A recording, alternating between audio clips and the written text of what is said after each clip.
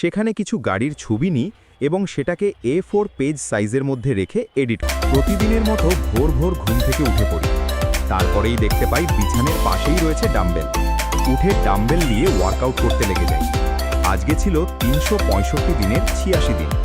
তারপরে সব ওয়ার্কআউট করার পরেই চোখ পড়ে আমার ঠিক পিছনের দেয়ালটার দিকে। কেমন যেন একটু ফাঁকা ফাঁকা লাগছে। অনেকক্ষণ ধরে দাঁড়িয়ে ভাবি এটার মধ্যে কি করলে ভালো লাগবে। তখনই মনে আসে আমার কাছে কিছু স্ট্রিপ লাইট রয়েছে, এইগুলো দিয়ে ডেকোরেশন করব আজকে। তারপরে ভেবে দেখি উপরের দিকে লাইটটা দেব, কিন্তু মাঝখানে তাও ফাঁকা থাকবে। এ কারণে আমি ফ্লিপকার্ট থেকে দেওয়ালের জন্য কিছু পোস্টার অর্ডার করব ভেবেছিলাম, কিন্তু বাজেট আর ডেলিভারি ডেট দুটোই আমার মনের মতো না হওয়ায় অর্ডার আর করি না। তারপরে আমি চলে যাই পিন্টারেস্টে।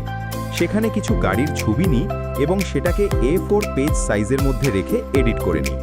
তারপরে বেরিয়ে পড়ি জেরক্স দোকানে এই ছবিগুলোকে কালার প্রিন্ট করে বার করার জন্য। সব ছবিগুলো কালার প্রিন্ট করে বার করে নেওয়ার পরে কিছুটা এই রকম দেখতে লাগছে।